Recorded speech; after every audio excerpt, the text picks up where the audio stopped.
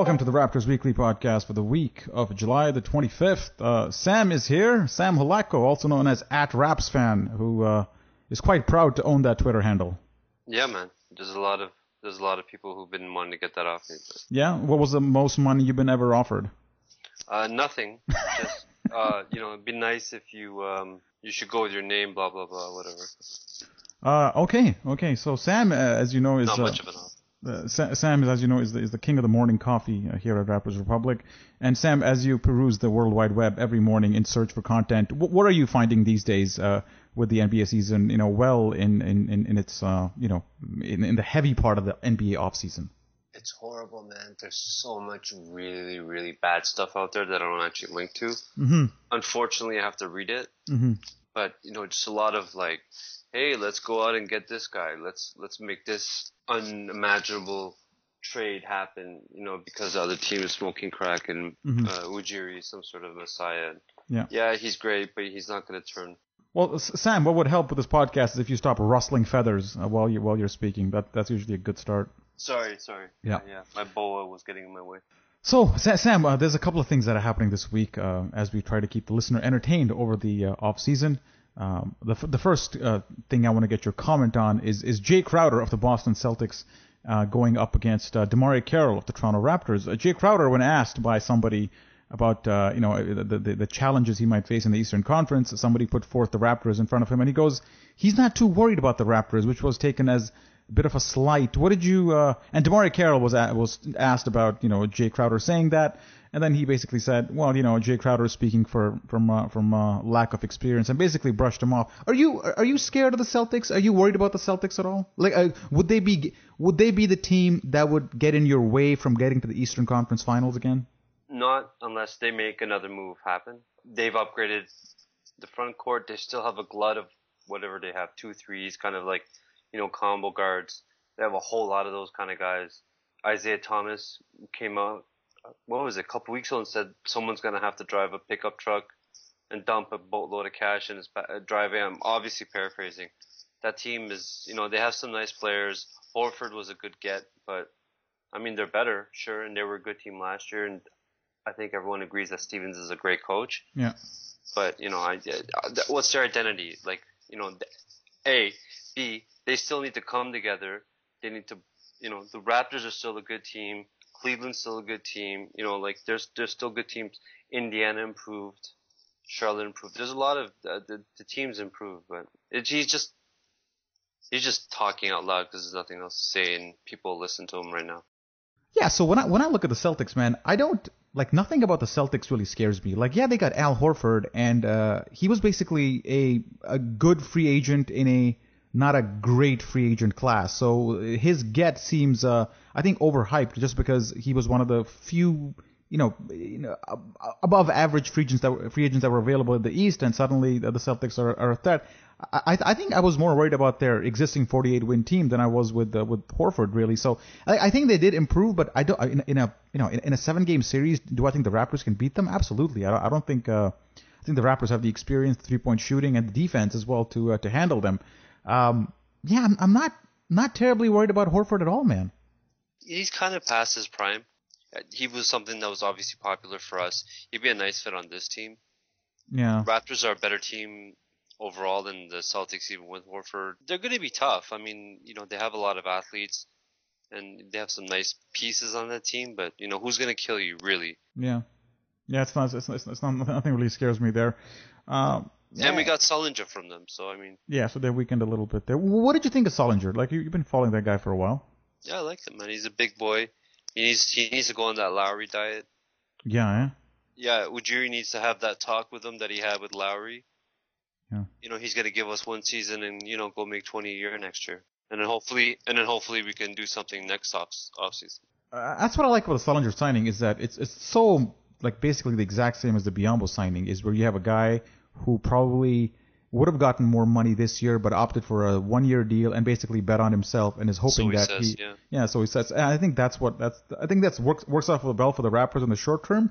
If he has a great season and he walks, it'll be the Biyombo situation. But I think in the when you're up against a cap like the Raptors are, I think those are the kind of moves you're forced into making, right? I mean, what other option do you have? Like these trades that you're talking about, people trying to swing, those are unrealistic. So you're left to kind of scour this this bottom third of free agents or and find some value there. And Ujiri was actually surprised that Sullinger kind of fell into his lap. And I think the one reason he chose the Raptors is because the Raptors actually offered a legitimate chance of going to the Eastern Conference Finals or maybe even the NBA Finals. And that's something that's totally new for the franchise, where a guy is joining you because you're a winning team and not just because you're throwing cash at him. In fact, in this case, it's the opposite. The Raptors actually paid him less money what other teams would have, and that's something new. Terribly new, and it's something that we're not used to, and it's weird for us to deal with. So, like, a lot of people are just, making up other scenarios of why he joined, right? Like what? I don't know, just like, why would he come here if he's leaving money on the table? He's lying, right? So I've seen that and read that on some boards out there online. Like, he was just saying that this is only deal that he has. But you absolutely make a lot of sense. Yeah. 3 years in a row in the playoffs. First two weren't that great, but this year we had a deep run. We were literally, we were 2 games from the finals, right? Not that we'd have done anything there, but there's a trajectory here that people want to be a part of. We have 2 Olympians. We have all-stars. We have a great front office.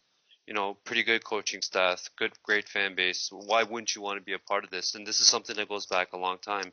We always talked about, the Toronto bias, the Canadian bias, but it was a winning bias, right? Like, there was aspects of living in Canada, but if you're going to live in like Minnesota, like you'd rather live in Minnesota than Toronto. Like, are you out of your mind?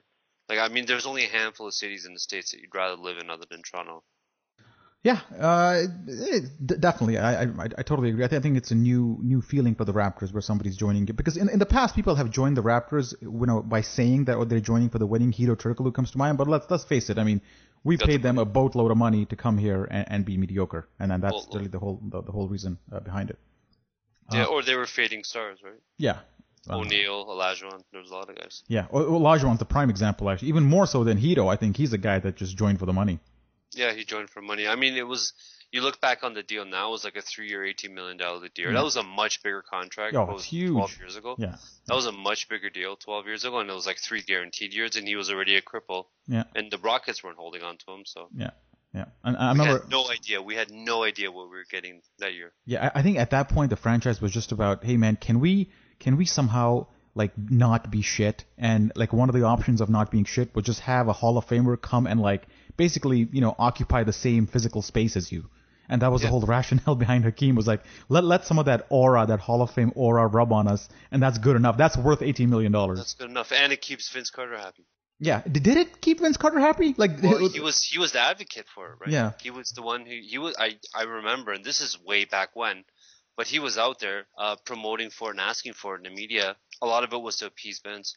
What was the most like underwhelming signing that you ever witnessed in your fan career? I'll go first, man. I'm gonna go with those string of like mid-level exception guys that Brian Colangelo signed. Like Jones. Well, he was actually not. Was he mid? I think he was biannual. Like I'm talking about like the Capono, the Kleiza, and the Jack. Those 3. I think they happened like back to back to back, and it was just like, oh my god, these are the class of free agents we have to live with, and that's who we're throwing mid-level exceptions at, because you were basically hamstrung by the cap, and that's all we had. And you just saw all those 3 guys. They had such big weaknesses, and they weren't really, Capono was a good 3-point shooter, but that was basically it. And those guys were so limited that it just made being a Raptor fan depressing. And also at the time when those signings were made, they weren't necessarily the best signing for the time. The Capono one especially, because that was a year after we lost to the Nets because of lack of interior defense and rebounding. And the guy we got was Capono. Got 3-point shooter. Yeah. Who couldn't shoot threes, yeah. And wanted to do more than be a 3-point shooter, like dribble the ball and stuff. He was out of the league after that contract expired too, wasn't he? Yeah, I think so. I think he bounced around with the Lakers on a minimum deal, or maybe, because I saw him on the Lakers bench for a couple of times. But it was a bit premature because he did have an NBA skill, right? I mean, like he could shoot threes, and I think he was close to 50% one year. So it was kind of weird seeing him out of the league so fast. Let me just Google up how old like he is actually. He's like early mid-30s right now. He's 35. Like at 35, he should have a place in the NBA, right? Dude, especially in this NBA with Yeah. all the perimeter shooting, all he has to do is park out on the 3-point line and pop threes when they land in his lap. If Terrence Ross is making a living, I mean, Jason Capono, who's like a much better spot-up three-point shooter, like should be able to. Yeah, agreed. Yeah. His wife was hot fire though, man. You remember her? Nah, I believe so. Yeah. Hot fire. Yeah. But I think she was eclipsed by Landry Fields, wasn't she? Landry Fields was nice too. Yeah. It's unfortunate we don't know any of their names. But, Yeah, that's. but when you go to Google for Landry Fields or Capono, the first suggestion? suggestion is wife, wife. Landry Fields' wife. Not Landry Fields' stats. No, stats. No, it's wife. That tells you everything you need to know about this team. Landry Fields. Yeah, you're right. Landry Fields and Jason Landry Capono. Fields was another disappointing signing the Raptors went out and grabbed too. Yeah, he was more than actually mid-level. I think he was the whole Nash thing, right? I mean, he was the three. Yeah, he was more in the mid-level. Yeah, exactly. But still, I mean, of the four that you named off, Jack was the least of the bunch. He wasn't bad. He was the last ditch to keep Bosch satiated in the city, but the rest of them were disasters. Yeah, I just realized that when you type like keywords into Google now, like it gives you the answer without even going to a website now. It just pulls it up right there. Like I just typed in Jason Capono wife, and her name is Ashley Klein. It didn't even I didn't have to go to a website. It just came on Google. Right. Well, this is why they have so much anti-trust problems all over the world. Yeah, I think pretty sure at some point you'll say Kyle Lowry EFG% in 2016 against away teams. I mean away from home, and you'll get his stats for that. I think that would be pretty cool. All they have to do is buy Basketball Reference for a couple $1 million and integrate that in their database, and away you go. Yeah, there you go. That's the next step right there. Basketball Reference. You could make the business case for it. Yeah. Be the PM on the project. Yeah, for sure. What do you think the first suggestion is if I type in Jonas Valanciunas? Wife. Yep. Wife. Yep. For sure. Yeah, you're She's right. Cute too, man. You're absolutely right. But what if I type in Lucas Nogueira? Yeah, he got married like a month ago too. Yes. For him, it's height and hair. Two things you often want, which was kind of related because his hair contributes to his height. Yeah. Hey, speaking of JV, have you been watching some of his Olympic run last couple of weeks? Not JV, but I've been watching U.S. Argentina. I saw that game. What have you made of JV? So I mean, this is just anecdotally, and I didn't watch the full games. Just the wrap ups or whatever. But he looks lighter to me, so he looks like he's shed some weight. He looks like he's moving faster, and when he gets the ball on the block, he's not sitting there, deciding what he's going to do. You can see the cranks going. He's being decisive. He's making a move and going. Now he's playing Netherlands and Spain, so you have to take that into consideration. But he's not the big hulking guy that we had in the playoffs. He looks a little bit different to me. I feel like the Jonas doesn't hesitate anymore and makes his move quickly. Talk has been going on every summer. I think I've talked about this in every podcast over the last 3 summers. Hey, in this international tournament, Jonas is making his move quickly.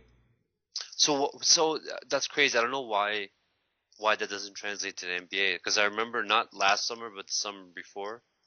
What was it? Anyways, I remember seeing that, and it's like, oh, maybe this kid is.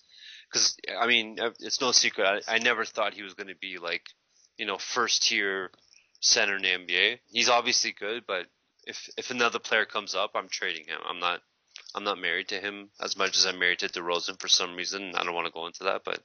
So hey, while it is summertime and we are talking about Jonas Valanciunas, there was a clip on YouTube where somebody actually put together Charles Barkley's pronunciation of Valanciunas over the years. And why don't we play that here? We got nothing better to do here. It's gonna be great. Yeah? It's gonna be great. Yeah. All right, here we go. This is on February 8, 2014. This is what Barkley pronounced him as. My vet here, Mr. Barkley. My favorite city to visit in the world, Toronto, Jonas vah-lahn-CHEW-nahs. Also known as see how he chopped the name up. Don't play good for him. Oh my gosh, buy a vowel. Auburn University, boy. Auburn University. Shaq with the dig in there. Yeah. Here's Barkley on April 20th, 2014, so some time later. Better. My man DeRozan did not play very well. Vah-lahn-CHEW-nahs, whatever his name is. Vah-lahn-CHEW-nahs. There's a reason why guys don't play well, Chuck. No, I think they're going to play better. It was a little better. A little better. Yeah, so, and then here was April 27, 2014. And this guy really did his research here. Like they had a chance against the Miami Heat. I said, they're going to struggle with Toronto. You know, DeRozan is a flat-out star. Lowry's a little banged up, but he's a heck of a player. Jonas vah-lahn-CHEW-nahs, is that it? Jonas? Vah-lahn-CHEW-nahs. Jonas. Vah-lahn-CHEW-nahs. Vah-lahn-CHEW-nahs. He's very good. Vah-lahn-CHEW-nahs. That's how I remember. Don't remember it now. Okay. That's how I remember. Vah-lahn-CHEW-nahs. I know I'm just joking around. That's why I'm just joking around. But I think he's the best. He's the best big guy in this series. He's going to play much better at home. And I still think Toronto's going to win this series, to be honest with you. It is tied up 2 apiece as they head back to Toronto. Oh, by the way, they were talking about the Brooklyn series there. That didn't turn out well, eh? Didn't work out at all. That one ended in tears, man. God, that block by... I hate Brooklyn. Even still, with Jeremy Lin in there? Jeremy Lin? Like, he's got a point to prove, he says in his interviews. Like, he opened up with New York Post and talked about racism in the NBA and how he gets stereotyped. And he's looking to come home and take some... and see how far he can take the Nets. Yeah, good luck. Good luck. There's a bit contradiction in his interview because he mentioned that he's looking for an NBA title, but then he signed for the Nets. Yeah. Well, I mean, what was his contract? I don't know. Let me ask Google. Maybe you can tell me on the front page. Yeah. I don't know. I don't know top of my head here. But let's continue back to Charles Barkley. It's April 30th, 2014. Hey Chuck, I can say your last name, Barkley. Why you can't say mine? Why you can't say mine? He phonetically wrote it down. Earlier tonight. Okay. Use it. Ernie, I talked to Jonas vah-lahn-CHEW-nahs. No! Jonas vah-lahn-CHEW-nahs. That's right. No. But I can't say it. When I talked to you yesterday, you said get your name correct. And I said if you get me 15 points. What do you do tonight? 16 and 6. Yeah, 16 and 6. Come on, 16 and 6 is all right, man. I know. I need more rebounds. Let's just hear from Jonas with his pronunciation. vah-lahn-CHEW-nahs. That's easy. vah-lahn-CHEW-nahs. I just said that. No, you said vah-lahn-CHEW-nahs. vah-lahn-CHEW-nahs. Yeah. I think he's making this up. I think he can say it. This is just all an act. Yeah. Oh, you're saying it correctly. I need 15. We'll give you 15 and 15 if you spell it right now. vah-lahn-CHEW-nahs? Yes, spell it. vah-lahn-CHEW-nahs. vah-lahn-CHEW-nahs. No. Nope. That's phonetic. How much do you think TNT is paying him? Like, do we have a number on that? $5 million a year. Is that what he makes? That's more than he made during his playing career. Yeah, different times though. God, how many guys can say that though? Make more money in TV than you did as playing? Kenny Smith too, I guess. I guess everybody on TV made more money. So it's easy to say that, but you got to think about it. Like you're talking about 10 years ago at the most for some of these guys. Yeah.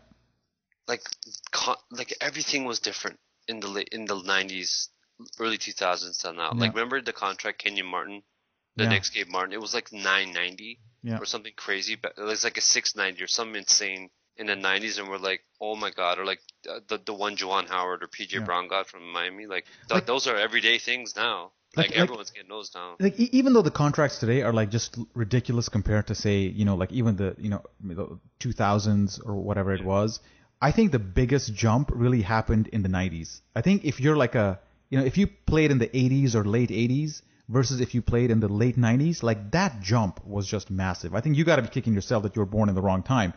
Because that's just exponentially increase in salaries. I don't even think the 2001, 2, 3, 4 salaries are as low compared to what you see today. Yeah, the absolute number today is higher, but generally those were good deals which set people up for life. But the 80s deals, those weren't like lifetime contracts. Those were contracts that once you retired, you still got to look out for your money. Yeah, what was the deal Magic got? It was like a 20-year, $25 million contract or something in 1979. Yeah, that's would that set you for life? I don't think so. Well, I mean, he made connections and he did other things, so he was smart and he made every dollar work for him. But most of those guys are bankrupt now, Well, there's only like the Magic Johnson basketball reference page, which tracks his salary from 1985 to 1994. That's a span of like 9 years. His NBA earnings were $18 million. Nothing. DeRozan's going to double that next year. Yeah, not even the whole season. He might make that from November to like February. Let's talk a little Argentina-USA, man. Did you catch this at all? No, I missed that one. Yeah. I saw the highlights, but yeah, Lowry played about 15 minutes. DeRozan played about 16. It was Paul George had a pretty good game. He basically looked like he was playing the Raptors in the playoffs. DeRozan had a couple of drives where where he drives and kind of looks for contact, but doesn't get it and twists his shot a little awkwardly and gets it off the glass. And it's just not going to work. Even though I'd say the caliber of competition isn't as high as the NBA, it's just Argentina's got some fairly decent big men who contest the rim there. Not Luis Scola, but others, and he looked a little. It looked a little rushed by him, It definitely looked a little rushed, but what I got out of the game was that USA should have no problem, even though they're playing their like B or maybe even C team. Well, definitely C team, but who was it? Coach K was giving Lowry some grief. I read that he wasn't being aggressive enough. Yeah. He took a couple of pull-ups or early shot clock threes, and he got a little stern talking. That's all. You got to pick on somebody. Lowry's easy. It's just he doesn't have the cachet of some of the other guys, and he's new. So and he's one of 2 point guards, oddly. Yeah. We got some good news here. We did have a signing this week. Yeah. It was Jared Utoff. Have you heard of this guy before? Oh, yeah, man. He's the American Dirk Nowitzki. Tell me more about Jared Utoff. Well, just strictly based on his highlight video, he looks like the next coming of some sort of hybrid of Larry Bird and Dirk Nowitzki. He does everything. He takes it off the bounce. He's gingerly off his feet. He could pop the threes. He's a devastating shot blocker. And somehow we went undrafted and we got him for pennies on the dollar after Summer League. Tell us what you really think. Yeah, well, great. Like, what do we have? Like 7 guys at the end of the bench who have less than 2 years of NBA experience now. Yeah. Well, I think it's fairly simple. I think this is a training camp body. I think that's what it is. Sure. It's one of those. What was that? Greg Steamsma, the guy who cost us Hassan Whiteside. It's one of those signings. Greg Steamsma. Like, that name will not escape me because he cost us Hassan Whiteside. Well, I mean, to be fair. No, there's nothing to be fair, man. Hassan Whiteside was a better player in that summer league. Yeah, there's just zero we were reason. even saying that. We were even saying like he should be getting more time. Yeah, it was nothing. There was no hindsight needed here because it's like one thing, like you get a guy for veteran presence, but Greg Steamsma is just a veteran. Like there's no he's a non-NBA veteran basically. You could replace him with anybody. So training camp body. So here's what the roster looks like right now. We got 3, 6, 10, 11, 12, 16 people signed for training camp. Obviously NBA rosters are at 15. At point guard, you got Lowry, Joseph, Wright, DeLon, and then you got Van Vliet. I don't see the Raptors entering the NBA season with 4 point guards. It just doesn't make sense. Or it does. Who knows? Okay, yeah, small ball. And shooting guard, which is I think where we're kind of light, is DeRozan and Powell. Yeah. And then small forward, Carroll, Ross, Bruno, and then Utoff. And then at power forward, you got Sullinger, Patterson, and Siakam. By the way, Sullinger, Patterson, you're thinking that Sullinger starts? Absolutely. Yeah. So Patterson can't start. He's displayed that to us. Yeah. Blake kind of disagrees with you there. He thinks he could start, but certainly the sample size we've seen so far in preseason, regular season, and a bit of postseason says otherwise. That's all I'm basing it off of. Can he start? Obviously, he can start. He's an elite athlete. He's got all the tools. But, based on what we've seen and know, I'm not confident. And then a center got Valanciunas and Nogueira and Pirtle. So let me ask you this question, man. One guy of Pirtle, Siakam, and Van Vliet, which of these 3 have the most chance of making the 15-man roster? Well, obviously it's going to be Pirtle. Well, he could be shoved into the D League. I'm talking like an active part of the 15-man roster, like nothing. Active? Neither, none. Right? Nothing. None. I don't see any of these guys actually being part of the active roster anytime soon. I think if I had to pick one, I'd say Siakam, because he's basically an energy hustle guy who's really fast, and you could potentially throw him in there just for some energy. But some of the other guys are a little more skilly, skill oriented. So I don't know if they're gonna cut it. But Siakam's somebody like you can always throw in there. But sure, four man's Biombo with better offensive game. Exactly. And I could potentially see that. And but if he's playing, then I'm wondering what Nogueira is doing, because I think if Siakam plays, it's going to be at the expense of someone like Nogueira, because the power forward slot with Sullinger and Patterson is pretty much shored up. So if Siakam's playing, it probably means that Bebe isn't being as effective as he should be. Yeah. So a lot of the reason Bebe was here was to help Bruno acclimate to North American life. Let's just say it. You went out and traded for him. I call BS on that. So Bruno's acclimating. Yep. He's Instagramming. He's doing all this stuff. So Baby hasn't shown that much. He's nice. Like, I like him. He's totally lost defensively. He can play some man D, but anything outside of that, like if he has to rotate, he's just done. He can shoot the ball a little bit. He can dunk. He's nice. He's happy. People like him. So great. Do you think if he was a free agent right now that he would get NBA offers? No, not at all. Well, who? No way. What has he shown that someone's gonna go give him $4 or $5 million a year? That one of these kids out of the NCAA or out of Europe who would come cheaper hasn't shown, right? I put it like this. Right now, Javal McGee is an unrestricted free agent there you go. 28 years of age, and I would say he's shown a lot of stuff to us over the years. Yeah. But even from a basketball perspective, he's shown more than Bebe, and right now he's without contract. There you go. That's a really good example. So I don't know. Tell us what you think. If Bebe was a free agent, would he get an NBA deal? It actually upsets me to say no, but I'd be surprised. Yeah. Hey, do you think we have I mentioned a small issue at guard where I think we need another guy possibly at the shooting guard spot. Can I tell you who just became available? Please. Dion Waiters. Waiters, wow. Any interest there? Because I remember during the draft, people were kind of edging for him, man. They wanted Waiters. They wanted us to drop down and get him, or get that defensive guy in Waiters who could shoot the three, kind of. And now it's essentially now the Ringer is before the Cleveland. That was before the Cleveland shit show, though, man. Yeah, and now the Ringer is publishing articles called "Why Does No One Want Dion Waiters?" Yeah, the Ringer is not a great publication. But what do you think of the Ringer? It's not Grantland, that's for sure.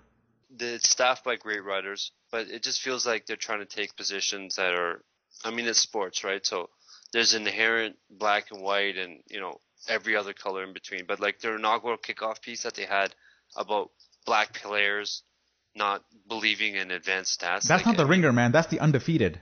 Oh. You're thinking of the Undefeated. I'm talking about the Ringer, the Bill Simmons thing. Oh, yeah. It's weaker. He doesn't have all the guys he had at Grantland, so it's definitely a B+ squad.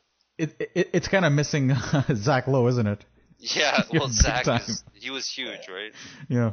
No, but he's got Danny Chow. They'll be fine. He's gonna plug people from here and there, and non-competes are gonna wear off, and people are gonna start slowly going there as ESPN slowly dies. But I totally get your take on the Undefeated. That is a bit of a garbage publication. It's how do you let Grantland go to hell and do that? And I'm not saying, just from a long form journalistic perspective, Grantland was supremely a better publication than what's come out of them Undefeated so far. But I was reading a few articles on Reddit about ESPN and its decline, and I think sometimes people go, oh, its subscription count has gone down, but I think the factor is that people are generally unsubscribing from cable, and that also means that ESPN's count is going down. I don't think it's necessarily anything particularly against ESPN. It's just people are watching less cable TV, and publications like ESPN are being affected, and their primary source of revenue still is cable by a long shot. Yeah, but HBO isn't going down. People aren't singing the same songs about some of the other larger cable networks. They let True Hoop die. They don't. I don't watch them at all, right? So during the draft, so I cut cable 4 years ago now. I haven't had cable in 4 years. We stream or get via other methods, content that we want to watch. And I don't miss it at all. And this year, for the first time during the draft, I was streaming Yahoo's The Vertical show. And the one time I switched over to the ESPN feed, it was just brutal. It was brutal. It was slow. It lagged. It was just terrible. And the thing is with Woj tweeting the picks before ESPN even the commissioner announces it, it almost feels stupid to watch it live on ESPN just because the pick's already out and Vertical's already talking about it and you're still like walking up to the podium. Yeah. Like it's really changed the way we watch things. Yeah, I get it, man. I mean, from a live sports perspective, which is really the only problem you have when you're cutting cable, is how do you watch live sports? And I think like if you know your way around the internet, I mean, there's tons of ways where you can easily watch basketball games and get any content really.